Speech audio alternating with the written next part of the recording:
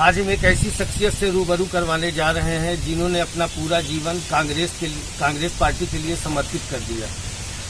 बहुत से ऑफर आए, अगर आज उस ऑफर को वो एक्सेप्ट कर लिए होते तो आज वो केंद्रीय मंत्री बने होते, लेकिन कांग्रेस से लगाव, कांग्रेस के प्रति प्यार, आज भी वो उनका दिल कांग्रेस में ही रहा है। आज भी वो एक ग्रामीण नेता और ग्रामीणों के दिल में राज करने वाले उस शख्सियत का नाम है दादा दल बहादुर सिंह, जो कि इस क्षेत्र के खासतौर पे प्रयागराज के जमुना पार क्षेत्र में के एक अलग ही किसानों के नेता कहे जाते थे। चाहे वो नहर की लड़ाई रही हो, पानी की लड़ाई रही हो, चाहे वो बॉम्बे मेल ट्रेन रोकने की लड़ाई रही हो, चाहे कन्या विद्यालय की लड़ाई रही हो, हर लड़ाई में आगे रहे, हर लड़ाई को जीता उन्होंने। चाहे किसी का शासन रहा हो, चाहे कोई भी प्रशासनिक अधिकारियों से लड़ने की बात रही हो, हमेशा वो आगे रहे हैं क्षेत्र की जनता के लिए। आइए इस 2022 के चुनाव में नए उठापटक के बीच में क्या हो रहा है, इसके लिए बात करते हैं दादा दल बहादुर सिंह जी। दादा, ये बताइए कि आपने कांग्रेस के प्रति पूरे जीवन अपना समर्पित कर दिया, आने वाले क्या कारण है कि कांग्रेस में टूट होती पड़ती जा रही है? कोई कारण नहीं, कुछ लोग स्वार्थ पर अपना लगे हुए हैं और स्वार्थ पूर्ति नहीं हो रही, इसलिए कांग्रेस छोड़ के भाग रहे हैं तो उनका सफलता मिलेगी नहीं। और जिस पार्टी में जा रहे हैं वो पार्टी कभी भी देश के हित में काम नहीं करता और न करेगी। इसलिए जो है क्या कहते हैं, जो गए हैं उनकी स्थिति गंभीर है, चाहे सिंधिया जी हों, चाहे जितिन प्रसाद जी हों, चाहे और कोई हो, कोई उनसे फायदा नहीं मिल पाएगा और अंतिम में वो पछता करके फिर कांग्रेस पार्टी में वापस आएंगे।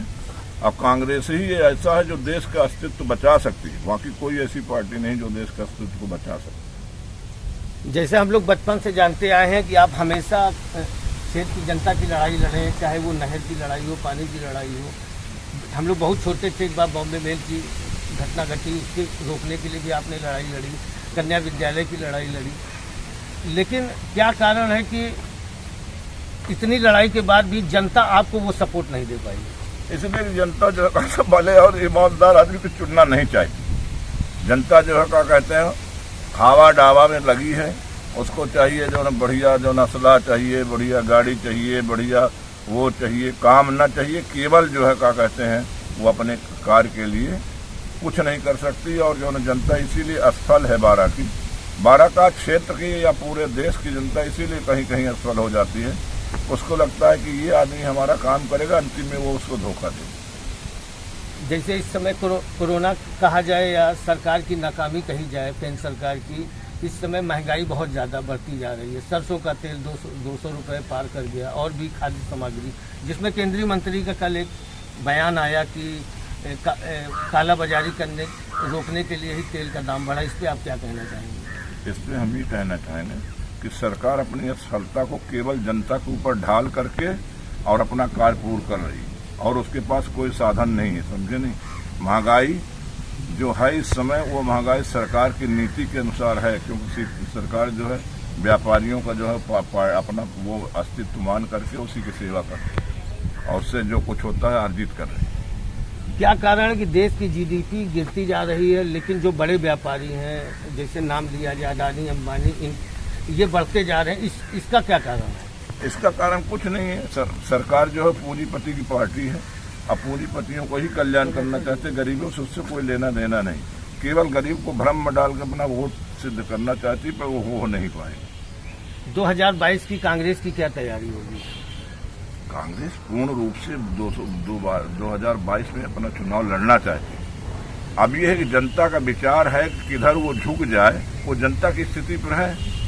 जबकि जनता जानती है, जो नौजवान है 22 साल, 24 साल, 25 साल के, वो जनता कांग्रेस के कार्य को देखे नहीं। जो देखे वो जानते हैं कि कांग्रेस कैसी जो है सेवा समाज की करती है और कैसे ईमानदारी से काम करती है।